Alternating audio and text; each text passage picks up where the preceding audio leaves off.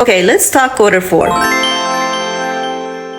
Poshmark has made major changes, but the top 3 or 4 are they changed the search from just shared to relevant, which I think it's much easier for shoppers to specifically target search. Another feature they added is the auto acceptance feature. That's a mouthful for me, which lets sellers set a maximum offer amount. I was excited for that one feature at first, but it's not helping me much. I prefer to be hands-on, especially because I'm very active on Poshmark, like 24/7.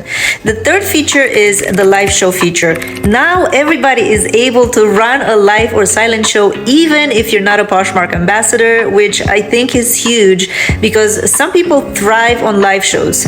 And honestly, being a Poshmark ambassador is kind of obsolete. It doesn't serve anything, just maybe for credibility, like you're a credible seller and accomplished seller and a serious seller, like shipping your sales fast and providing good customer service. With live shows, you can sell fast and get rid of stale inventory, shop at the Goodwill bins for cheap, and double and triple and quadruple your money lightning fast.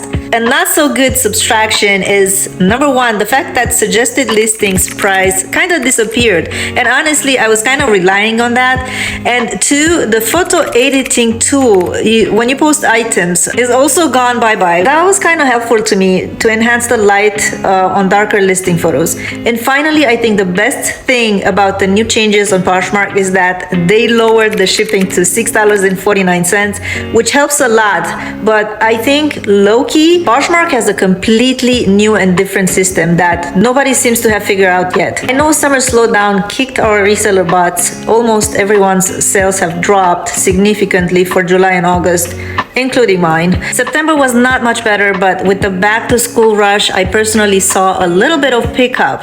I consistently posted every day at least 3 new items. I relisted stale inventory again daily, shared, followed, and all that basic stuff that we resellers do on Poshmark. But to be honest and transparent with you, I had 6 zero sales days for the month of September, which is a lot of 0 days for a month for me.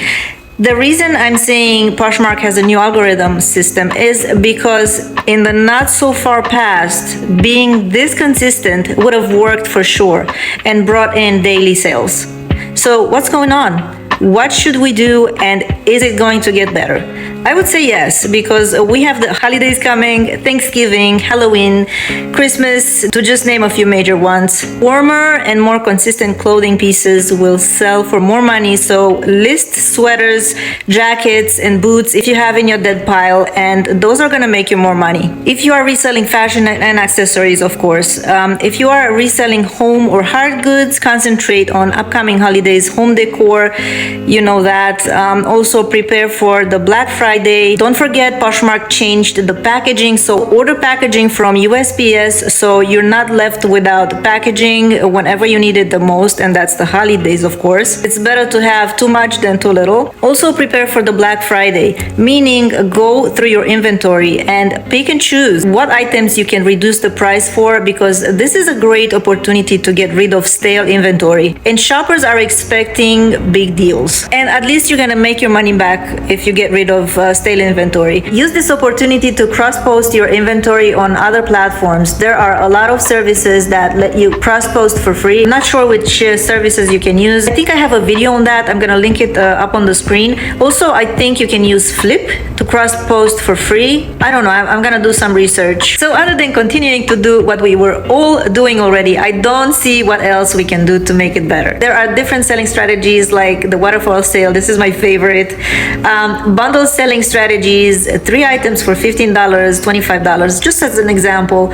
Send bulk offers to shoppers. You have that feature now. Revisit your older listings and optimize for SEO. Do not overstuff with keywords because that will hurt your listings. Another thing that I noticed can help a little bit get more eyes on your closet is to, of course, list stuff that is trending. And you can find that information on the Poshmark shop page. List popular brands and start your closet with colorful clothes, bags, and accessories, like colorful listings. Like put them on top of the page so it catches shoppers' eyes. I probably don't have to tell you to have a well-lit and clear picture. when you start your listing. What I noticed lately is I get a flood of likes, so I must be doing something right by posting higher end designer items, which I am lucky enough to find in my local thrift shops. If you're wondering about what brands to list, I'm linking on the screen a playlist of short videos with be on the lookout brands that you can go through and get inspiration. This is all for today. I hope these tips help you in your journey. Please hit the like and subscribe button and stay tuned for the next video. I'll see you later. Bye.